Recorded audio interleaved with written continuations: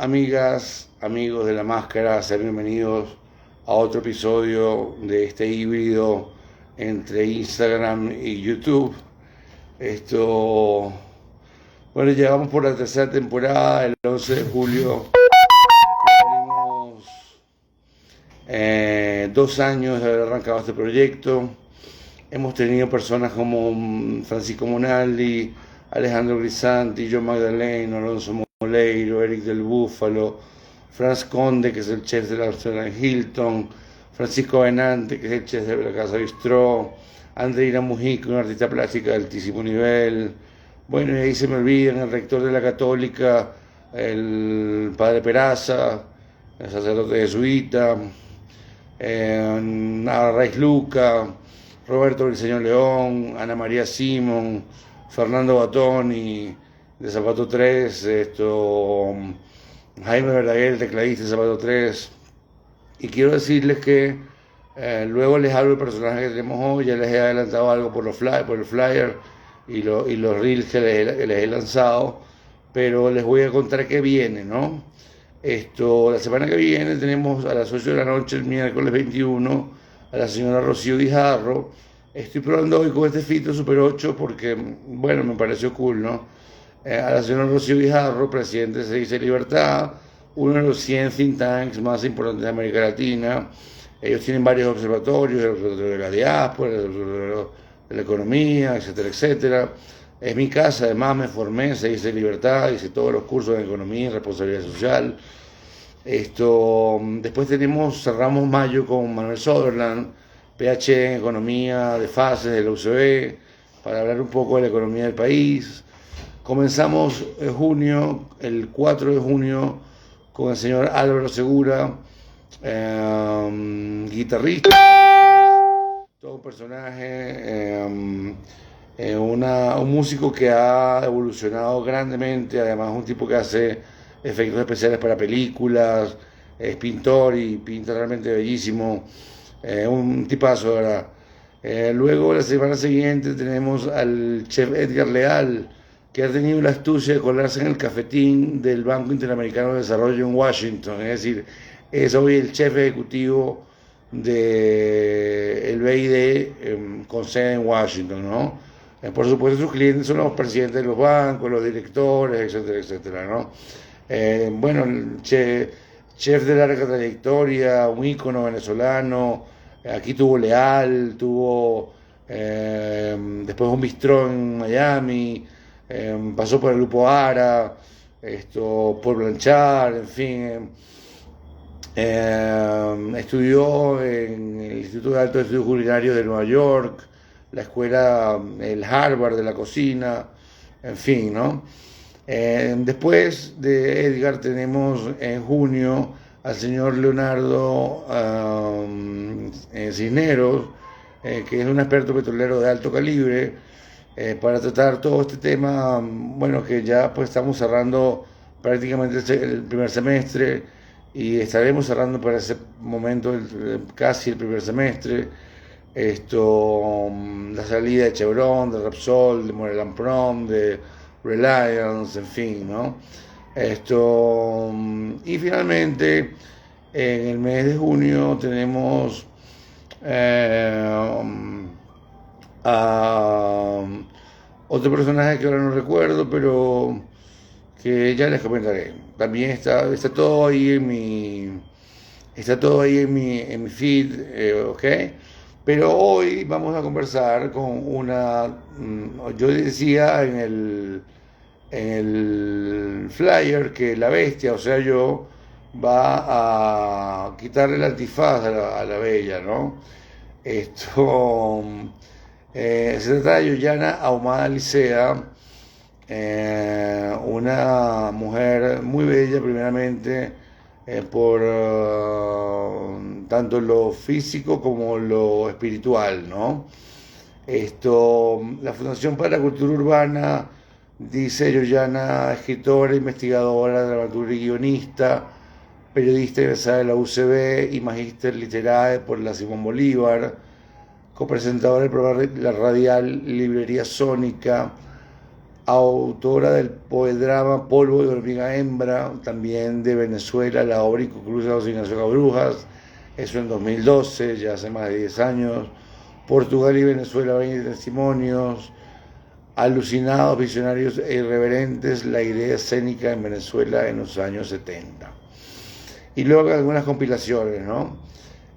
Luego, puede decirse Yana que es, como les dije, docente de la Escuela de Idiomas Modernos de la UCB, entiendo, y es autora de la obra teatral Gallegos, Selva, Llano y Palabras. Seguramente muchos de ustedes estuvieron en el Centro Cultural Chacao viendo esa magnífica creación teatral basada en la vida y obra de Gallegos.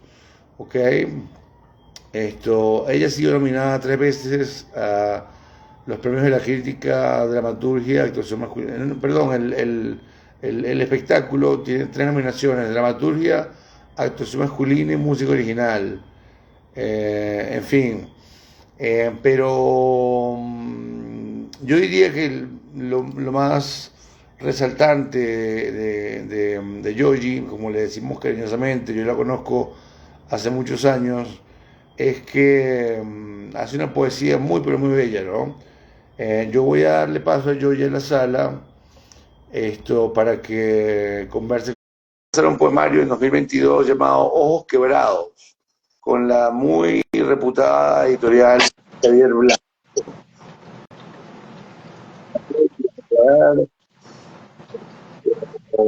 Siempre hay polvo cósmico, le pasa a Coca-Cola, le pasa a David Placer, me puede pasar a mí.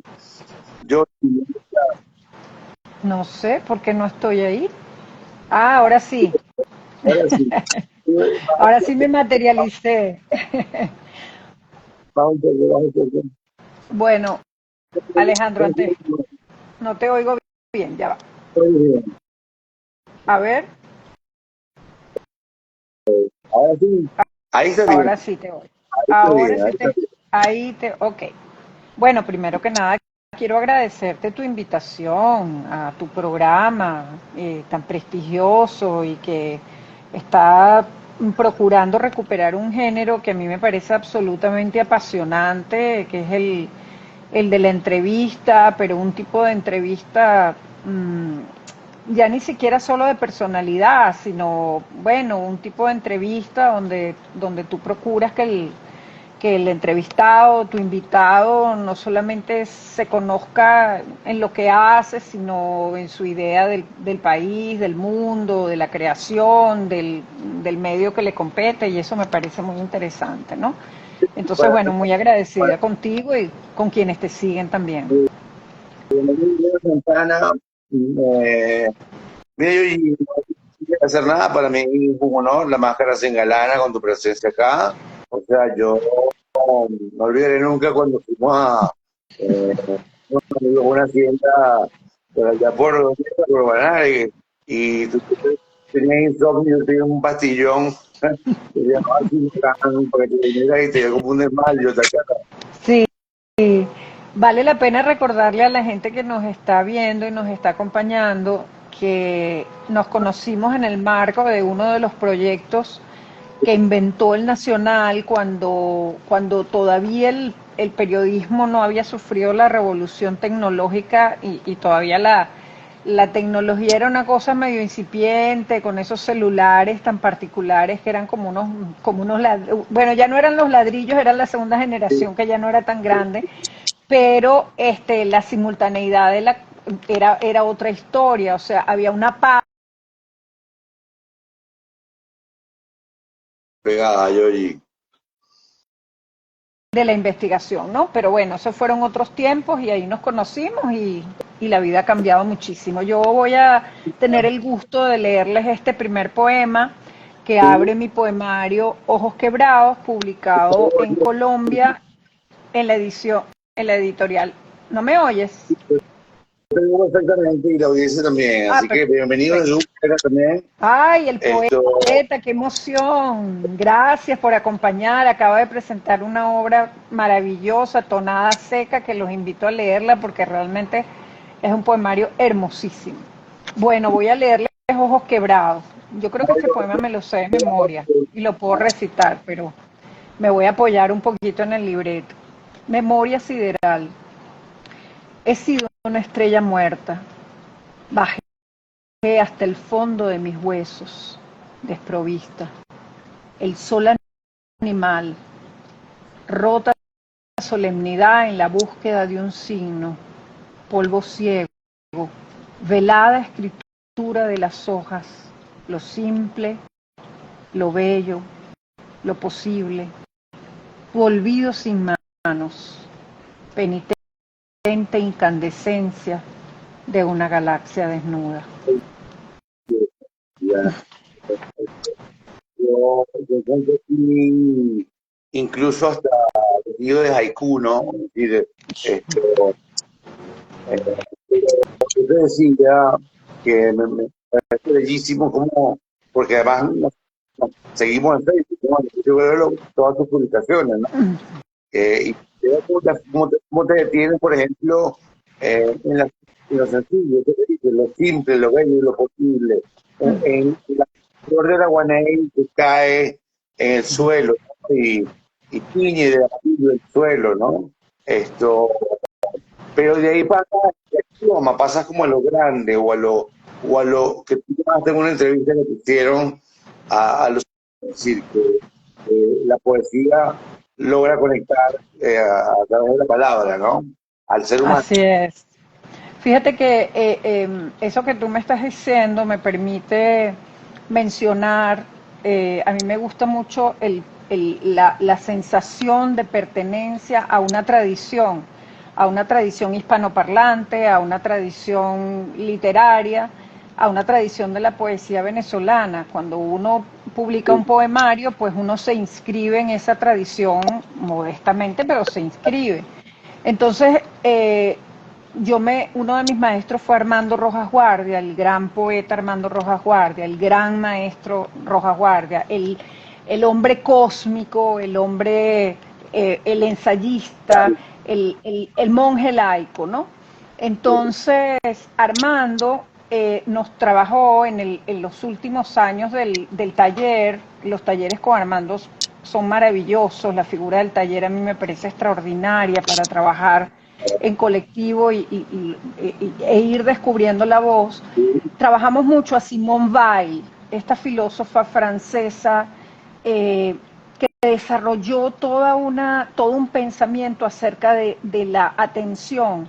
Y Armando nos decía a nosotros que el tiempo de la poesía es el tiempo de la espera. Y yo creo que además realmente el tiempo de la espera, o sea, no el de la satisfacción inmediata, no el de la búsqueda de lo inmediato, sino de la devota atención y observación. Entonces, cuando yo voy a caminar al Parque del Este o voy a caminar al Cortafuegos o simplemente estoy en la calle, yo estoy atenta a lo que el cosmos me dice, porque creo que el ser humano ha perdido el sentido de la humildad frente a lo inefable, hemos perdido el sentido de lo sagrado. La posmodernidad trajo consigo eso, la desacralización de todo. Y entonces no hemos encontrado una nueva religión y por eso coincido con Eugenio Montejo, el gran poeta Eugenio Montejo, cuando decía que de alguna manera la última religión del ser humano era la poesía. Entonces, esa devota atención, claro, esa devota atención es mi manera de conectarme con lo cósmico, con lo que me trasciende, con lo que es verdaderamente sustantivo e importante, ¿no? ¿Qué es eso? La Cristian Díaz, que se acaba de... Tan ¿La conoces? hermosa, tan querida. Claro, ella es una extraordinaria, maravillosa poeta que además tuve el lujo de que me hiciera el prólogo, o mejor dicho, en realidad es el pórtico de Ojos Quebrados y para mí fue muy emocionante recibir su texto porque me permitió mirar el trabajo desde un lugar muy interesante, que es la fragmentación, que cuando se suma el todo es mucho más que las partes y las partes también son el todo. Entonces, Sí, este, a gente como José Pulido, por ejemplo, o Alberto Hernández, ¿no? bueno, Que todo el tiempo imagínate. están sacando poemas y poemas y poemas y poemas. Entonces uno, todo un pullero, mucho más que Twitter o en cualquier otra red. Yo veo más Instagram como trabajo, como La Máscara, ¿no? Claro, Pero claro. quería, yo soy, como te dijeron, el haiku, y hablábamos, pues, hacíamos la prueba de conexión de Ujú. esto de, bueno, sí, si escribo 20 estrofas, soy más bárbaro que tú como poeta. Y aquí te serán los míos, es el segundo poema del poemario. Sí. Y dice así sencillamente, un destello sobre los párpados, bruma en las paredes de infancia, una marca de agua. Eso es todo, ¿no? Sí, bueno, yo creo que, a ver, yo creo que detenerse en que un poema puede ser más poema que otro por la brevedad. Yo siento que la poesía es una suerte de balbuceo, ¿no? De palpar algo que nunca termina de completarse, nunca termina de decirse. Quizá lo completa quien te lee, ¿no? Y toda la posibilidad infinita de significados que dispara en quien lee un poema. Pero yo lo que creo es que, como dice María Gabriela Rosas, la poeta María Gabriela Rosas, a la poesía hay que darle lo que pida y tú de repente estás escribiendo, por ejemplo, el próximo trabajo que yo estoy trabajando, que yo estoy, en el que estoy ahorita, o sea, a mí misma me sorprende porque son poemas larguísimos y son poemas larguísimos donde no abandono el balbuceo, donde no abandono el silencio, pero hay una necesidad como desesperada de que vaya una cosa tras de la otra. A lo mejor es un poema desesperado y a lo mejor hay que esperar que pase por un tamiz. Pero en este momento no estoy escribiendo breve, sino que estoy escribiendo muy largo. Pero pareciera que la poesía está contigo de lunes a lunes, ¿no? Porque antes de conectarnos me metí en tu perfil y vi que ponías el cielo de Caracas y decías, el cielo contiene el llanto, ¿no? Sí, sí, sí. Existe, Y en, ¿no? Estoy, y en X tuve una cuenta muy, muy linda que me la quitaron cuando, o sea, después de cuando Twitter pasó a X, yo tenía una cuenta donde para mí el Ávila es una referencia fundamental. Lo tengo enfrente de mi ventana y para mí es un símbolo de contención. Creo que Caracas sería muchísimo más feroz si no tuviera, o sea, es muy paradójico porque por un lado, como dice Cabrujas, nosotros se trata de un valle y una gente y en realidad somos un valle, pero esa montaña te da un sentido de lo sagrado, de lo diminuto que somos. Entonces yo necesitaba todos los días del mundo, tuve por lo menos 3, 4 años, si no más, dedicándole un poema a abrir el día desde el lugar de la belleza, desde el lugar de bendecir el hecho de estar vivo y de tributar al Ávila, de tributar al cielo y de tributar al Ávila. Sí, aquí, perdónenme, soy un fumador de hacerlo. Ese era dijo en una de sus últimas canciones del último disco, la poesía es la única verdad, ¿no? Esto, ahora, yo no hablar de vida privada de Joanna Montes. Hay un poema que me gustó mucho, esto, y que entienda quien quiera, ¿no? Es decir, no sé si se refiere a esto, pero tenemos que ver. Y dice así, en la pupila el niño, roto de este vestido. Es noche de pies cangrejo, no conoce a Dios, el canto del tuyo alguna vez susurra cuando se torna pantera. Mirarlo arde, la orfandad, pues no el retrato de hoguera. Sembró tus manos de tierra estéril, fuimos, ¿no? Ok. Entonces, bueno, con ese poema, pues creo que podemos esto. Quisiera pasar a preguntarte, no sé si es que es algo sobre esto, pero Sí, esto, sí, sí. eh, No quisiera que tengo problema en hablar de ese poema que lo amo profundamente. ese poema. Mira, ese poema lo inspiró una historia muy hermosa de mi vida, que hoy en día puedo hablar de ella. No pude hablar de ella. Primero escribí ese poema, creo que ese fue el primer poema de Ojos Quebrados que escribí. Cuando ese niño se fue de mi vida, ese fue un intento de, uh, de dar abrigo a un niño de un refugio y fue una historia muy complicada. Y ese niño, De la calle. no, era un niño que estaba en un refugio ya, en un lugar de acogida. Y yo fui madrina de ese lugar y un día me correspondió ese niño. Y bueno, extrañamente en los lugares en las casas hogares, la relación con los padrinos es una relación muy de distancia en la que tú eres una suerte de becario de mecenas del niño, pero cuando se establece un tiempo, te permiten acercarte y bueno, nos acercamos, pasó esa maravilla, él pasó a ser parte de mi vida, yo pasé a ser parte de la suya y un buen día, pues esos niños tienen un destino determinado y pues entonces cuando se fue, sí, perdón, La juventud y prácticamente para pasar a otro tema que es muy importante, el rol de docente, ¿no? Es decir, sí, cada semestre a 20, 25 estamos, depende de que estés dando clases, de yo 20 años, 21 años, 19, ¿no? Que 18. Uh-huh. no sabe nada de la vida, ¿no? Entonces, bueno, es difícil, es mucha belleza. Yo fui profesor de la católica por un año, pero bueno, la verdad es que era un poco rentable y me costaba mucho llegar allá, yo no tengo carro, y bueno, pero realmente es una experiencia muy apasionante la docencia. Habla un Sí lo poco es. de la vida docente.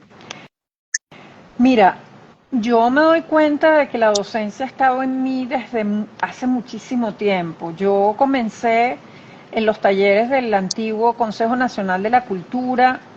Un día yo me levanté y yo no sé por qué. Ah, ya sé. Yo había, yo estaba como eh, investigando. Déjame ver, porque yo me había graduado, ya, me había graduado en la universidad, en comunicación social en la UCB, y mi libro, perdón, mi tesis se convirtió en un libro que es Visionarios Alucinados y Reverentes, que es el rol del director teatral en la escena, o sea, cómo el director se convierte en el verdadero puente entre el mensaje, que es la obra de teatro, y el público. Entonces estudié 4 estéticas, etcétera, etcétera. Entonces a mí se me ocurrió que yo quería publicar el libro y empecé a buscar dónde lo podía publicar y llegué al CONAC. Y el CONAC me dijo, nosotros te podemos dar una especie de crédito muy sencillo, no sé qué, tú te buscas un coeditor, bueno. Y yo un día me dieron el apoyo y yo les dije, pero yo tengo que dar una contraprestación, porque ¿qué es eso? ¿Qué es eso de que a mí me dan una cosa y yo no voy a dar nada a cambio? Entonces me dijeron, ¿cómo así? Dije, bueno, a mí se me ocurrió, yo tengo unos talleres que me gustaría dictar en colegios de zonas deprimidas, parroquias populares y bueno, nada. Llevé el taller de iniciación teatral, terminé haciéndolo en la casa hogar, en las casas de acogida en el Junquito, lo di en Katia, lo di, bueno, etcétera, etcétera. Todavía de esa época hay alumnos míos que continuaron en contacto conmigo y hoy en día una es coreógrafa, bailarina, la otra es psicóloga, el otro es pintor, o sea, una experiencia increíble.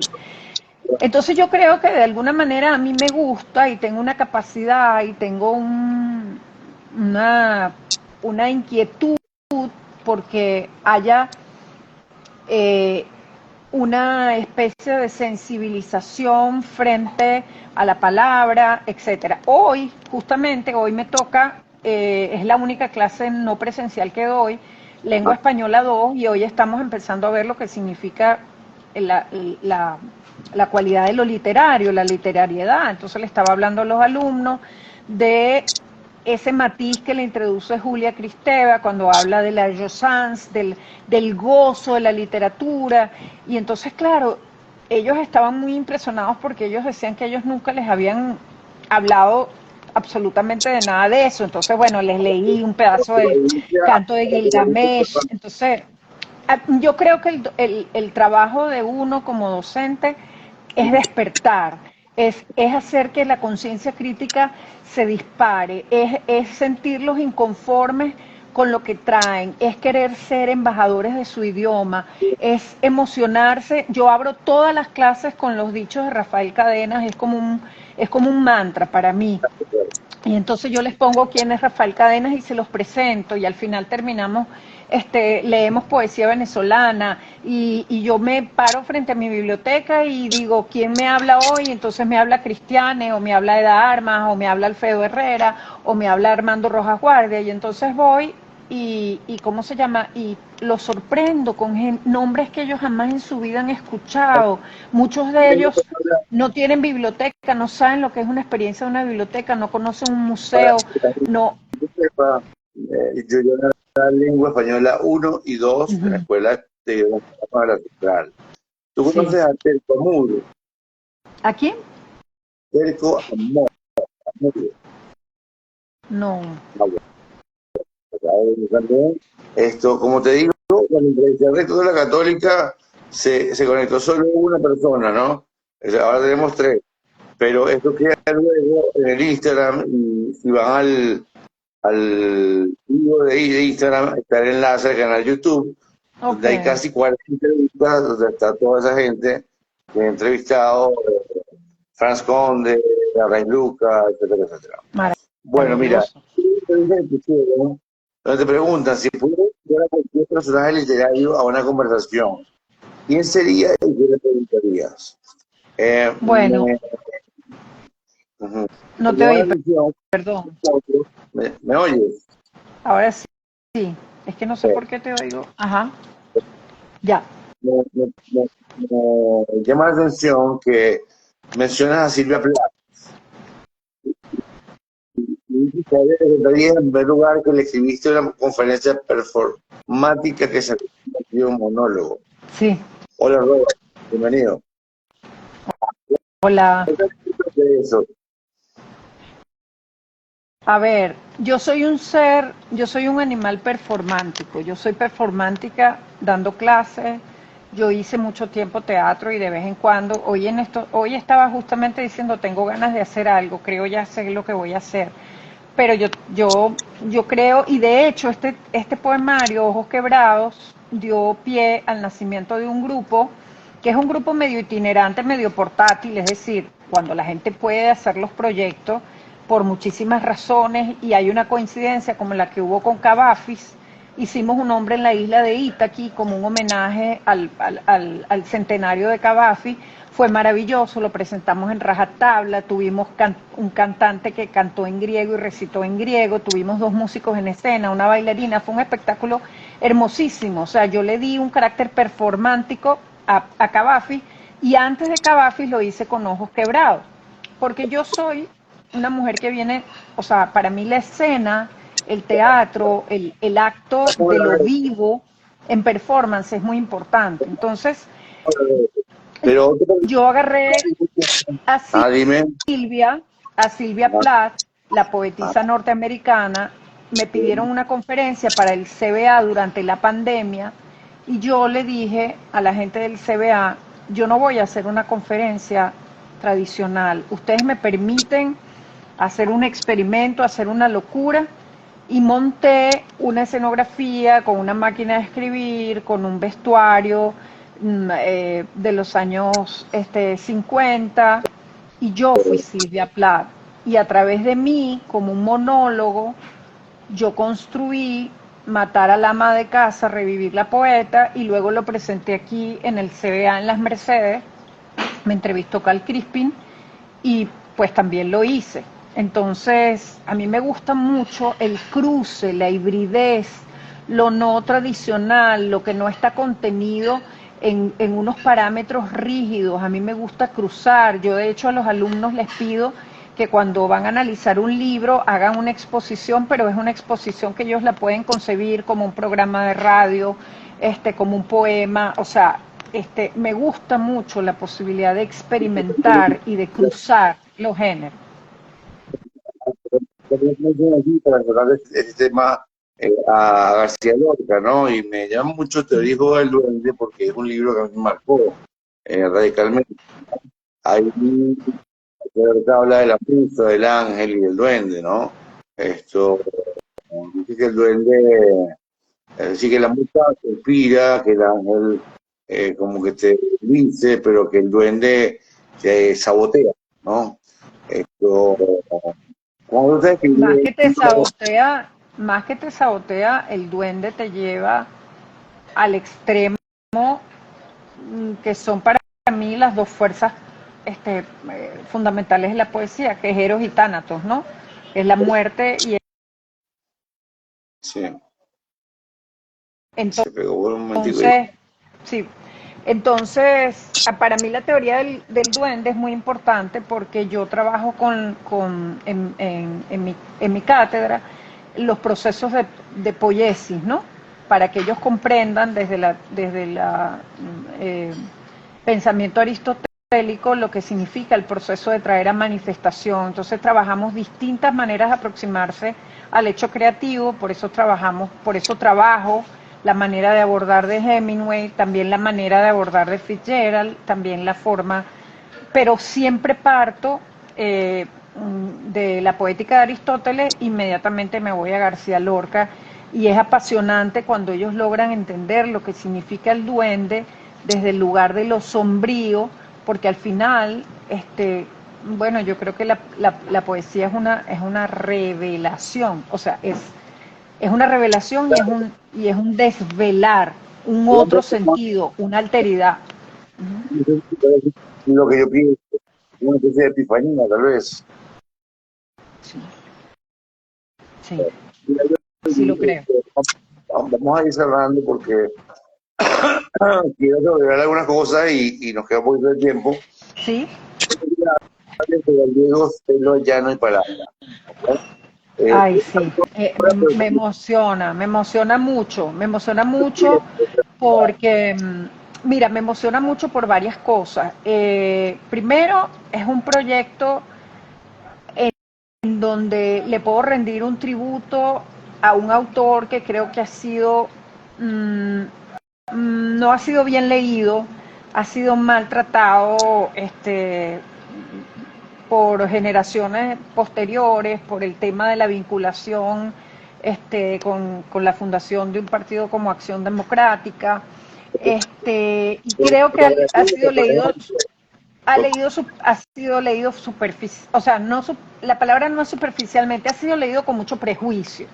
Entonces, para mí, la oportunidad de sumergirme en dos de sus novelas fundamentales, una de las cuales, Canaima, por ejemplo, que está en la obra, la obra se trata de ahondar en los pasillos creativos de Rómulo Gallegos, o en este caso Rómulo Gallegos, pero imagínate meterse a la manera pirandeliana en la creación y en la angustia creativa de un autor cuando está tratando de terminar una novela para empezar otra. ¿Cómo es ese proceso de cierre? Es verdad en el caso de la poesía, por ejemplo, se termina un poema o el poema es el que te termina a ti.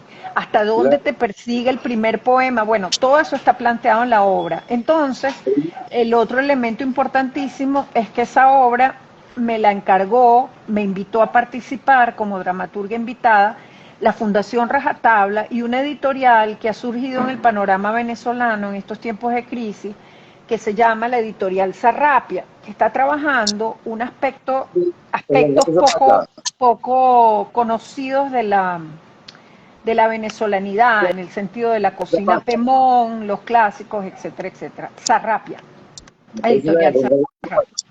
¿Perdón? Juan Carlos Zapata. No te escucho. Ella es Juan Carlos Zapata. No. Ramiro Molina, se llama él. Entonces ellos querían editar la obra de Gallego, y empezaron por Doña Bárbara de Canaima. ¿Cómo fue la reacción de la gente? ¿Tuvieron buena audiencia? Hemos O sea, tenido muy buena audiencia. La obra se estrenó en noviembre del 2023. Estuvimos del 2023, a finales del 2023, estuvimos el 2024, nos hemos presentado en Barquisimeto, ahora vamos a Mérida, vamos a Maracaibo, al Teatro Baral, estuvimos en la Asociación Cultural Humboldt, estuvimos en el Trasnocho Cultural y en el Centro Cultural Chacao, y la gente se emociona mucho porque además esa obra está concebida con un paisaje sonoro, música en vivo.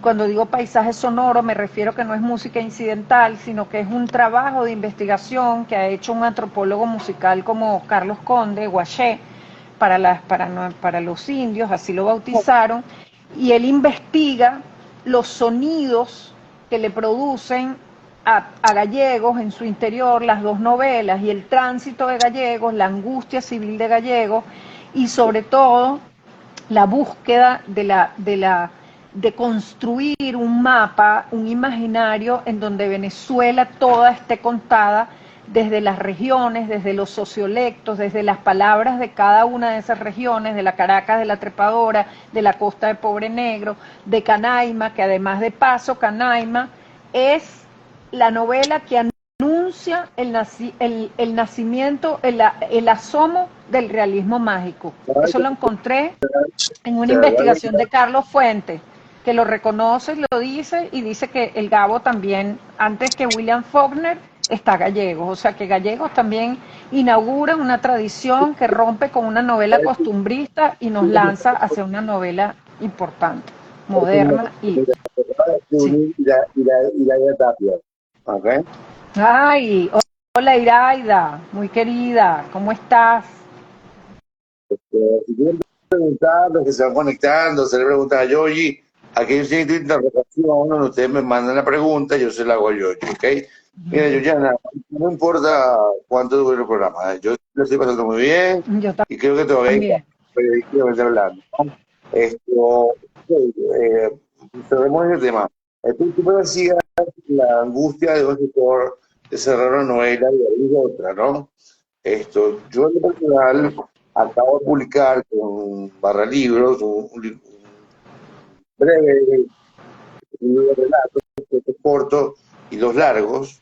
Son 24, son 26 cuentos, 24 cortos y dos largos, ¿no? Y tengo un poemario que tiene cerca de 300 poemas. Alberto Hernández me concedió el honor de tener un prefacio al blog. Yo lo tengo for free. Y pienso en Dostoyevsky, por ejemplo, escribió un jugador en 3 meses hasta el cuello de deudas por encargo. Es decir, pero le damos para que pague las deudas, pero en 3 meses queremos la novela, ¿no? Entonces, claro, yo hablaba una vez con Gabriel Payares, este muchacho que Y como no, yo irreparable. conozco a Gabriel, excelente escritor, sí, lo entrevistamos una vez en Librería Sónica, sí. Yo le decía, bueno, lo que para el estímulo. Entonces le preguntaba, bueno, Gabriel, ¿y tú de qué vas? ¿Quieres comprar una mansión o qué? Entonces él me dijo, el escritor es en su mundo. La literatura es otra cosa y la industria editorial es otra cosa, ¿no? Entonces, claro, tú me decías de Gallegos que las nuevas generaciones y tal, y por ahí leía que cuando le dieron el Rómulo Gallegos a Vargas Llosa fue un petulante con Gallegos, que estaba ya vivo en la sala, y como una actitud como altiva, y porque Vargas Llosa tenía 30 años y estaba en su carrera, ¿no? Eso lo leí hace poco, no recuerdo, pero Eh, el ego y la, o sea, la gente va cambiando. Yo no creo que eso era necesariamente una postura. A mí esas, no sé, esos chismes literarios, eso puede haber sido un momento también. Vargas Llosa y el Gabo se fueron a las manos por una razón, o sea, está bien. esas son cosas que No, no, pero estoy lo que- que si Vargas Llosa revisó después, quizá eh, no, lo redimensionó. Hace fueron porque falta madurez, hace falta lo pasar el menciono tiempo. lo menciono porque tú comentas que Gallegos ha sido o subestimado, ¿no? Mira, es que no es que es subestimado, porque es que las teorías de la recepción, o sea, las, los momentos de la lectura, fíjate lo que le pasó a un dramaturgo como Ibsen.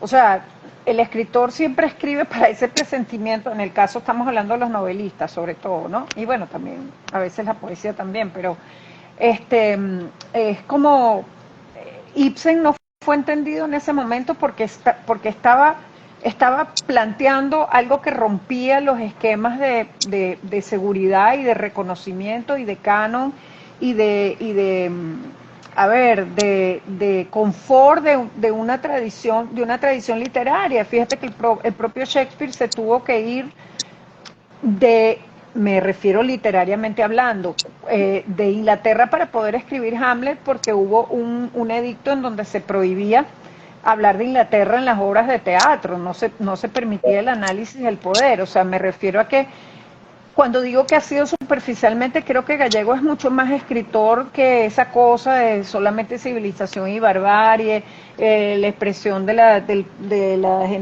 positivismo. No, yo creo que es un escritor con una profundidad muy grande. De hecho, fíjate que el otro día estaba La hablando primera de página de Doña Cabruja Bárbara, y su ¿viste? teoría del fracaso. No te Ay, oigo, no, que no te entendí. tienes la primera página de Doña Bárbara. Ujú. La capacidad de escribir que tenía Gallegos, de la curiosidad que va y, ¿no? Sí, pero O, eso bueno, también no estoy de acuerdo. No es que si tú le quitas el paisaje, eso lo dijo José Ignacio una vez en la adaptación que hizo de Doña Bárbara, eso sí me pareció petulante. Cuando dijo yo le quité toda esa cosa, el paisaje, lo telúrico, porque a mí lo que me importaba, Doña Bárbara la convertí en una novela de cuartos. Bueno, muy interesante porque los cuartos te remiten a todo un aspecto psicológico que quizá ha sido poco trabajado. Pero, por ejemplo, el paisaje en Gallegos no es un adorno, no, no, no, no. El paisaje tiene un protagonismo, y eso no lo estoy diciendo yo, eso ha sido recontra super estudiado. Hasta en la página del Instituto Cervantes puedes conseguir ahí unas discusiones muy interesantes sobre el tema del significado de Doña Bárbara, ¿no? Yo creo que los personajes, el atributo de la personajeidad que logra Gallegos, la recuperación de los sociolectos, de las hablas de cada región, la reflexión sobre el poder, el problema de la reflexión sobre cómo se construye la venezolanidad, la obsesión por el fracaso y por la obra inmediata, la inmediatez, lo que dice Reinaldo Solar, no tenemos paciencia para la gran obra, todo lo queremos inmediato y por eso somos un pueblo de derrumbadores, como dice Cabrujas mucho más adelante en ese texto de la ciudad escondida, porque no nos interesa la memoria, el largo plazo. Entonces yo creo que mira, hay que volver a nuestros clásicos, hay que volvernos a leer, hay que leer Enrique Bernardo Núñez, fíjate la relectura que se está haciendo de Teresa de la Parra en este momento. Julio Vanello, que hizo un libro que se llama como La Luna de Oro o la Tina de Muñecos, es decir, ¿no? Su personalidad que era tan peculiar, vivía en un hotel por el centro de Caracas, Así con es. una pareja de pelo rubio y ahí nace un cuento llamado Pelo de Paja, ¿no? Pero ¿cómo vamos a tratar de, wow, es decir, es tan difícil y tan fácil a la vez. Pero quiero que hablemos de Cabruja. Tu tesis de grado en la Simón Bolívar, en la maestría de literatura, es sobre el obra de Cabruja. ¿Okay? Así es. Cabruja es una referencia única, es como una especie de Charly García para mí, ¿no? Es decir, de las letras, o sea, algo Sí. así. Cuéntame, tú eres amiga de Cabruja, tú lo conociste, lo entrevistaste, Lo nunca. entrevisté cuando yo todavía no había entrado como actriz a la Compañía Nacional de Teatro y yo era pasante de prensa y yo quería entrar en la compañía y Isaac me decía que no había, ¿cómo se llama esto? Audiciones para principiantes y como yo estaba estudiando comunicación social, entonces entré a hacer una pasantía en promociones y él estaba dirigiendo de César Rengifo, que por cierto hoy es el Día del Dramaturgo venezolano. Felicito a los dramaturgos que nos estén acompañando. Por César Rengifo y él estaba dirigiendo Lo que dejó la tempestad. Entonces lo entrevisté a propósito de Lo que dejó la tempestad. Pero nunca fui cercana ni trabajé con él ni nada, sino que tuve la suerte de hacer Acto Cultural dirigida por Hugo Live y bueno, él fue al estreno por supuesto y lo conocí, pero mi obsesión y mi estudio empezó después. Pero yo soy ratón de salas de teatro y de cinematecas de 11, 12 años, ¿no? Sí, y yo recuerdo aquella obra que hizo el G80, el de el Vidal, ¿cómo que se llama? Eh, Teja, Grupo Teja, ajá, autorretrato de artista con Babi Bumpá. ah sí, claro, Pero, claro. Esa es como ya después del quadrivium, como lo llama Leonardo Asparre, esas son las obras este, eh, que cierran, pues, ¿no?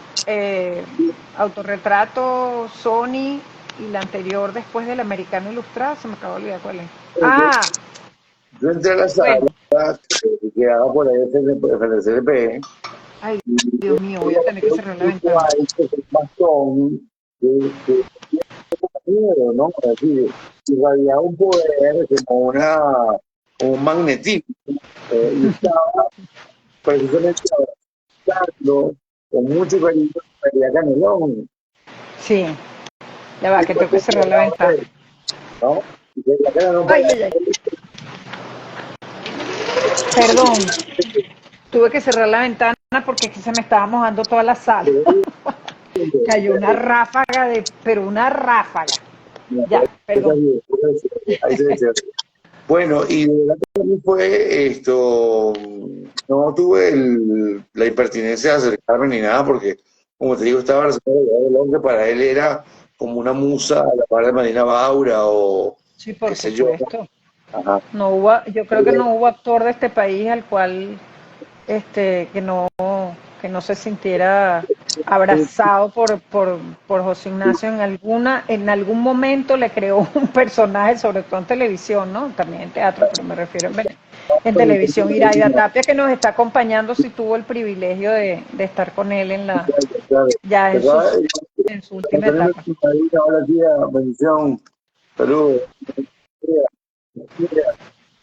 Oye, y cuéntame un poquito, o sea, bueno, yo leí esto, algo cultural y esto, pues claro, su rol de telenovelista, ¿no? Es decir, la novela de ruptura, la tarea 8 a 9, La todo señora esto, ¿no? de Cárdenas, Silvia Rivas Eh, divorciada, el ciclo de Gallego. Habría que dar el pie a que Ibsen Martínez haga por estas calles, o a que Leonardo Padrón luego, No bienvenido. creo que José Ignacio hubiera hecho una novela como por estas calles, pero esa es mi opinión.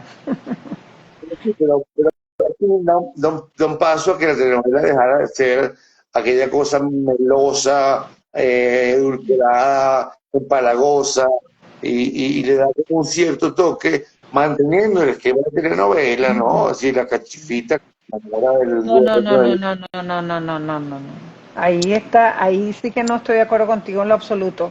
José Ignacio inaugura una nueva manera de tratar la trama y de construir sobre todo los personajes femeninos, por sobre todas las cosas. Nunca antes de La Señora de Cárdenas, una novela de la era de las novelas rosas heredadas de la radionovela cubana y de CMQ y etcétera, etcétera, terminó con lo que era o sea, nunca una pareja protagónica terminó separada. Y eso no fue un efecto ni fue un acto de ruptura porque sí, eso fue resultado de un proceso, además, que estaba viviendo el Código Civil venezolano, y al ser un hombre tan profundamente culto, tan profundamente sensible, el cruce que él hizo entre su manera de concebir el teatro, de crear y de entender la historia, tanto personal, para poder reflejar ese discurso íntimo de lo amoroso latinoamericano. O sea, él encontró en la telenovela un equivalente a su pasión y a su amor por la ópera. Y si te pones a ver, de alguna manera, La Señora de Cárdenas es una transposición muy, por supuesto, una reinterpretación de Casa de Muñecas. O sea, ella se va por supuesto, hay muchas cosas que no son iguales, los conflictos, porque bueno, José Ignacio era un hombre que tenía una visión absolutamente privilegiada de entender las sensibilidades de los tiempos. Hay un libro que editó Vanesco que se llama 70 años de entrevistas en Venezuela. Sí. ¿No? Sí. Lo que me impactó de la entrevista, gracias por ese conocimiento que tomaron ya. Qué bueno. Ahora que tenemos audiencia, después de un rato hablando, ¿no? Pero aquí nos vamos a quedar. Él decía que si uno iba a la Catedral de Venezuela, al Capitolio, veía que todo estaba hecho como mientras tanto y por si acaso, ¿no? Así es. Eso hablaba, y eso hablaba de ese país portátil que menciona a León, ¿no? Es decir, pero si tú vas a México, por ejemplo, veías que la catedral estaba hecha pues, robustamente como una catedral, o a Colombia, por ejemplo, ¿no? ¿Qué otras ideas Bueno, mira, resaltarías? una de las cosas que a mí me ha apasionado es la coincidencia que hay entre el intelectual, que él no se consideraba un intelectual, pero lo era, porque un intelectual es un hombre, un individuo que produce pensamientos, que produce maneras de interpretar la realidad, categorías de análisis propias, y José Ignacio se sostiene sobre tres pivotes fundamentales, que además todos están entrelazados, todos están perfectamente combinados entre sí. O sea, no es que la vida de José Ignacio está separada de su obra. O sea, Fiesole, que es una obra que le permite a él en el teatro universitario quitarse la camisa de fuerza de la militancia, está ligada a la experiencia de haber sido detenido por tener una revista cultural durante la época de la dictadura, ¿cómo se llama? Perdón, de la dictadura no, del tema de la democracia incipiente, y la persecución que había con todo el tema de la izquierda, etcétera, etcétera. Elías Germán Lester los ponen presos y de ahí nace Fiesole. Pero donde te quiero llevar es que él tiene tres ideas fundamentales que yo las he ido estudiando a lo largo de los textos, que son, en primer lugar, la provisionalidad. Él se apodera, lo resemantiza. Cuando digo se apodera, lo resemantiza. El concepto de país campamento de Francisco Herrera Luque, que todo el mundo cree que es de Cabrúa y en realidad es de Francisco Herrera Luque, pero él le da otro sentido al dotarlo del tema de la provisionalidad. La provisionalidad, la simulación, es decir, nosotros fingimos, y eso está en todas sus obras, todos sus personajes fingen ser lo que no es, porque la simulación se termina convirtiendo en un truco para acceder al poder. O sea, el poder en Venezuela es un acto de prestidigitación, es una simulación de que se es, y por eso nace el estado del disimulo, aunque es el resultado de una entrevista. El histrionismo del venezolano natural, ¿no? Sí, pero es más que el histrionismo, es la simulación, es el truco, es la cosa de ¿quién es Pío Miranda? Pío Miranda es un tipo que dice que se crea del día que me quiera, de esa, no, de esa obra excelsa de la dramaturgia universal. Es un tipo que dice ser una cosa que no es. Todos los personajes mienten hasta que llega un punto de contradicción que ya no pueden mentir más y se derrumban. Entonces la simulación, la provisionalidad y el tercero, que está vinculado a la provisionalidad, es el escombro. Él dice en ese texto de Ciudad Escondida, pueblo de derrumbadores que hizo del esquema, del escombro, un emblema. O sea, nosotros somos personas que somos incapaces de sostener algo en el tiempo. Hay una necesidad patológica en el colectivo de derrumbar, de terminar para empezar de nuevo. Esas son las tres ideas fundamentales. Respecto a esto que hablabas antes, de fingir y tal, que Cabruja decía que el venezolano temía por método la trampa. Bueno, él elabora una conferencia maravillosa que yo la recomiendo, está en El Mundo Según Cabruja. Él la da para Sivenza, se llama La viveza criolla o el mínimo sentido del humor. Porque él dice que cómo es posible que una palabra tan bella relacionada con la viveza, o sea, lo vivo, él empieza todo un juego con las palabras, la etimología, dice, lo vivo no puede ser la posibilidad de aprovecharme del otro. Entonces empieza a reflexionar sobre cómo el venezolano, desde el origen, nosotros somos el origen, esto es muy melodramático, pero es que José Ignacio, por lo menos en el taller que nos dio sobre la telenovela, decía, pero es que es imposible la ficción sin los extremos. O sea, no hay personajes sin extremos. Entonces decía en una cosa medio melodramática que nosotros éramos resultado de tres odios. El odio del indio, porque le habían impuesto una conquista que no había sido ningún descubrimiento, que había sido un exterminio. El odio del negro, que lo habían extraído del África y lo habían traído y lo habían obligado. Y de alguna manera el odio del peninsular, que nos consideraba a nosotros unos seres inferiores. Entonces, esa relación de esos tres odios, donde no había diálogo y no había encuentro de ninguna manera, independientemente del proceso de mestizaje, producía una relación con la riqueza que estaba muy vinculada con el tema del aprovechamiento, de la viveza, de ver cómo yo me coleo por el hombrillo. No, no es la Cuarta República, es el origen y la herencia de la picaresca española. O sea, claro, y de ser una capitanía general y un continente de paso. Me parece a mí escribió para su tiempo, es decir, yo recuerdo que en esa entrevista para el futuro, querido. Había una relación en esa época de Luis Herrera Campins, sobreentendida o tácita, de un matrimonio no siempre bien avenido, pero que no emitía divorcio, ¿no? Entonces era Luis Herrera entrando en la conferencia de prensa, ¿no? Como diciendo, bueno, yo soy Luis Herrera, el hijo de no sé quién, de Llano, una cosa comiquísima, porque además era un humorista, ¿no? Mira, Maribel Rosa, tenemos saludos. También. Dice, yo lleno de talento de la ciudad. Saludos, Maribel tan querida la poeta. Saludos, Maga. Visual por aquí, ya. Ay, estamos arrasando.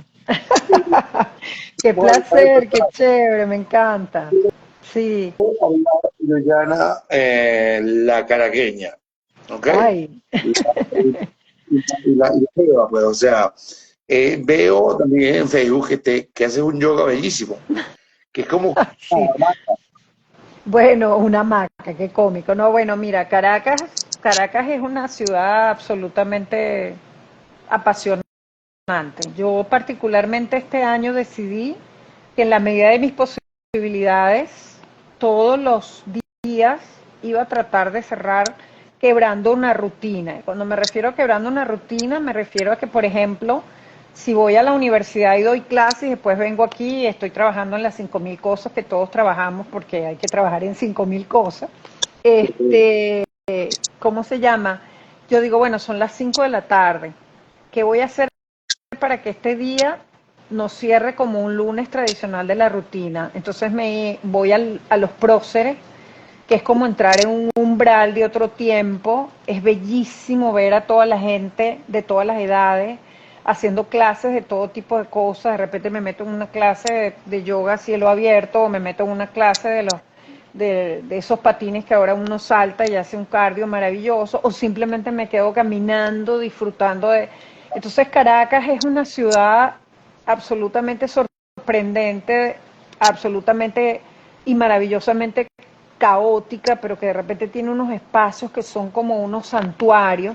Recomiendo, por cierto, aprovecho que vayan a ver la exposición de Marily Cole sobre las fachadas que tanto nos pueden decir de ese abigarramiento, de esa locura, en donde había un edificio maravilloso como el Galipán, Premio Nacional de Arquitectura, y a mí eso que me importa, lo derribaron, montaron un super edificio que de repente estás enchacado y sientes que estás como en Nueva York, pero entonces de repente te vas a la Candelaria y entonces te fuiste a los años 20. O sea, es una cosa de descubrir. Yo creo que es una ciudad que hay que amarla, que hay que descubrirla, que hay que tratar de caminarla, que hay que preservarla, ir a los parques, no sé, es una militancia. Yo creo que hay que hacer una militancia con la ciudad y no abandonarla, ir a los teatros, a todos los teatros, acercarse al centro de Caracas, conocer todo el tema de las parroquias,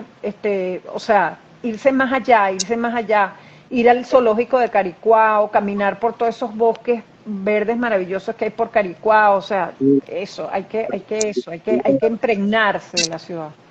Y estoy cerrando porque si no se nos va muy para allá la cosa, ¿no? Luis Fernández hicieron hace poco, hace un tanto, en Pito, una obra que no recuerdo cómo es que se llamaba, pero el tema de la obra era todo el mundo tiene una adicción. ¿Recuerdas cómo se llamaba? Es un chico que se prostituye para poder ser llegar y tal. La expresión viene en el trasnocho. Wow, gracias por el nombre, pero tú tienes adicciones, Liliana, fumas, bebes, No, nada. la verdad es que mi adicción, yo tengo adicción, no soy vigoréxica, o sea, no soy, pero el contacto con el cuerpo, la poesía es cuerpo, la creación es cuerpo, el teatro es cuerpo, la palabra es cuerpo. Entonces, para mí, el vínculo con el cuerpo, yo necesito bailar, hacer yoga, experimentar, como por ejemplo esto que estabas mencionando. Esto es yoga en columpio, pero es más allá de eso. O sea, es utilizar un elemento que cuelga del techo y que tú haces toda una conexión con ese elemento para hacer las posturas de yoga, pero suspendido. Entonces inviertes la manera de ver el mundo porque lo ves de cabeza, lo ves desde otros lugares, es el riesgo, es el atreverte a cambiar el punto de vista, es soltar, es confiar. Entonces, si tú me dijeras alguna adicción, bueno, por supuesto, a la lectura, a la escritura, a la creación, sí, a lo vivo. Yo soy adicta a lo vivo, sí. ¿Crees en Dios? A mis animales, a mis gatos. Creo en Dios, sí, pero no estoy formada en la tradición judio-cristiana. Yo no estoy ni siquiera bautizada. No, porque mi padre era chileno, mi madre es cubana, y aunque ellos sí estuvieron bautizados, como que ese asunto, no sé, no se ocuparon, sino que un poco como que yo descubriera mi propia religiosidad. Yo soy un ser profundamente místico, eso sí, sí lo soy. Sí, ha sido una hora increíble, un placer, como pocos, de verdad, tenerte acá. Como ves, es un proyecto que cumple el 11 de julio, 2 años. Arrancamos con Monaldi, estamos viendo si llevamos a Monaldi de nuevo ese día. Qué bueno, qué Pero bueno, bueno, me hemos encanta. tenido a Sergio Peraza, hemos tenido a Susana Rafali, hemos tenido a Raimundo, a Roberto de Señor León, a Magdaleno, a Alonso Moleiro, a Eric del Búfalo, Maravilloso. viene por ahí el guitarrista de Zapato 3, Álvaro Segura, la semana que viene a Rocío Guijarro, se dice Libertad, estuvo Ana María Simón, es decir, si ustedes entran en el canal de YouTube, vas a ver cerca de 40 entrevistas que hace un cuerpo ahí, porque lo que me dice Bobby Coimbra, ¿no? Es decir, no importa que no tengas producción, que no tengas eh, Estoy de bambalina, acuerdo. el Sí, contenido es lo importante por en la supuesto. comunicación. La conexión. Te adoro y te agradezco muchísimo que hayas estado conmigo No, para mí un placer, de verdad lo he disfrutado, pero enormemente, no sabes. Estoy emocionadísima y agradecidísima. bueno, corre la voz para que la gente se meta luego en diferido, ¿ok? Ok, Esto, la semana pasada hice Tamara Herrera, conoces a Tamara, ¿verdad? saludos. Bueno, ahorita como darla a ella en YouTube y a ti en YouTube, Ok, porque me ha pasado, pero está todo ahí, hasta Bobby Coimbra creo que fue el último que hice. Que tengas una buena noche y que Los Ángeles duerman contigo, amor. amén. Gracias. Ya, Chao. Abrazos, cariño. ya.